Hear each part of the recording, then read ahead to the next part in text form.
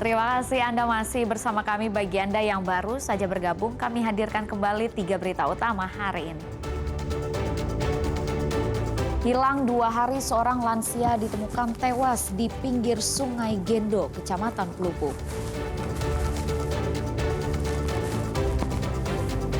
Mendekati hari Natal dan Tahun Baru, bahan bakar minyak jenis solar susah didapat di jalur Pantura, Tegal, dan Brebes.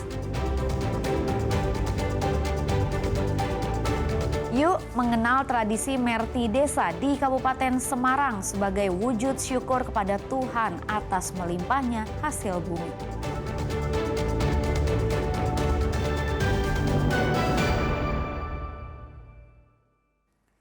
Seekor ular yang berusaha dievakuasi terlepas dan masuk ke dapur rumah warga di Kecamatan Borobudur, Kabupaten Magelang. Ular akhirnya bisa dievakuasi saat bersembunyi di tumpukan barang bekas.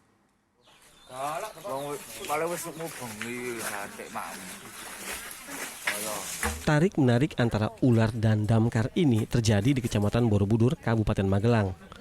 Ular yang sempat melilit di pohon durian ini pun lepas dan kabur ke dalam dapur rumah warga saat berusaha ditangkap. Pencarian pun berlanjut. Ular akhirnya bisa ditemukan setelah bersembunyi di tumpukan barang bekas. Setelah 30 menit kemudian, petugas akhirnya berhasil mengevakuasi ular dari dalam rumah warga dan membawanya ke kantor damkar Kabupaten Magelang untuk diamankan. Keberadaan ular yang melilit di pohon duren diketahui pertama kali oleh warga saat memberi makan ternak. Karena khawatir, warga akhirnya menghubungi damkar. Di hari pukul 5 pagi, ayam itu betok-betok. Semua ketakutan karena ada ular yang mau memangsa. Waktu itu saya membawa makanan untuk ayam-ayam itu. Sepulangnya makannya ayam itu, saya melihat atas, kok ada ular yang melilit di dahan pohon durian. Saya ngebel damkar Magelang. Ekor ular lumayan besar masih berada di atas pohon durian dan kami segera melakukan evakuasi agar ular bisa segera turun. Kami melakukan evakuasi tersebut, melakukan tarik-menarik bersama ular dan ular bisa turun dan masuk ke dapur sehingga kami dapat menangkap ular tersebut berada di tempat barang-barang bekas. Keberadaan ular yang melilit di pohon duren diketahui pertama kali oleh warga saat memberi makan ternak. Karena khawatir, warga akhirnya menghubungi damkar. Setelah berhasil ditangkap, ular kemudian dievakuasi ke dalam kotak penyimpanan atau box. Rencananya ular tersebut akan segera dilepas liarkan kembali ke habitat aslinya yang jauh dari permukiman warga. Wahyu Diono melaporkan dari Kabupaten Magelang. National Paralympic Committee atau NPC Indonesia menerjunkan 56 atlet di ajang Asian Youth Para Games 2025 di Dubai. Meski tak memasang target tinggi, namun ajang ini dijadikan momen untuk menambah pengalaman bertanding atlet mudanya. Perwakilan NPC Indonesia, rekan-rekan atlet, Sebanyak 56 atlet Paralimpik asal Indonesia akan berlaga dalam Asian Youth Para Games 2025 di Dubai. Di kompetisi ini, atlet muda disabilitas kontingen Indonesia akan bertanding di 8 cabang olahraga, mulai dari para atletik, para renang, para boccia, para tenis meja, para panahan, para taekwondo, dan para badminton. Meski kurang persiapan, NPC Indonesia tidak memasang target tinggi, tapi event ini dijadikan momen untuk menambah pengalaman bertanding dan regenerasi atlet. Jangka panjangnya kita siapkan untuk mengganti kakak-kakak mereka untuk jadi juara-juara di depan. Kalau di turnamen ini targetnya seperti melihat persaingan dan target medali untuk setiap cabang. Ya ini targetnya kalau persaingan sih sama aja seperti yang kemarin-kemarin.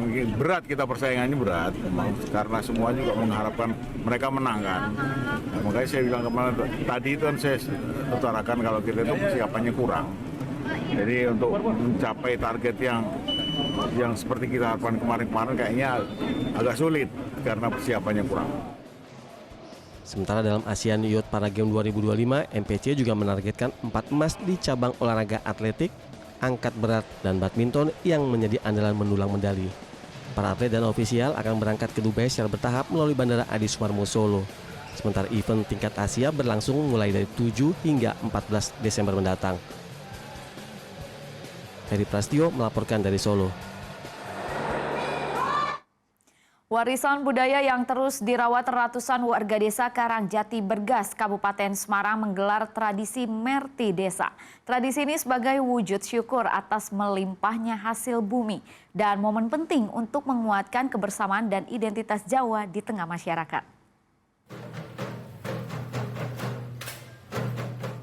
Riuh kemeriahan mewarnai pelaksanaan tradisi Merti di Desa Karangjati, Kecamatan Bergas, Kabupaten Semarang.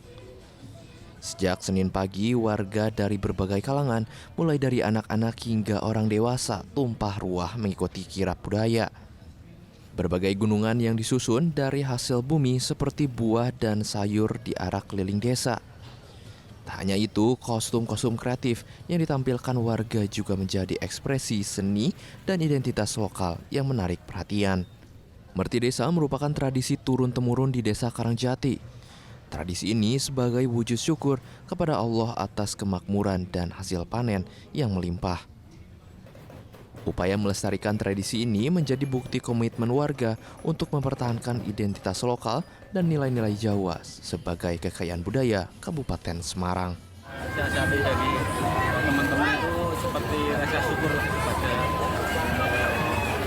kita sendiri, rasa syukur pada desa kita ini yang telah kita besar di sini, kita juga di sini seperti contohnya air kita menggunakan dari desa kita sendiri, sumur kita mencari nafkah juga di kebanyakan dari desa, di pasar juga itu kita seperti rasa syukur lah untuk selama ini kita diberi rezeki. Tradisi Merti Desa digelar rutin 3 bulan menjelang ibadah puasa. Tradisi yang diikuti oleh warga dari 17 RT ini ditutup dengan doa bersama. Yulianto melaporkan dari Kabupaten Semarang. Ya, informasi tadi sekaligus mengakhiri jumpa kita di Berita Jateng hari ini. Jangan lupa pastikan Anda subscribe channel YouTube Liputan 6 SCTV Daerah. Atas nama rekan yang bertugas, saya Rizka Dior mengucapkan terima kasih atas kebersamaan Anda. Selamat beraktivitas dan sampai jumpa.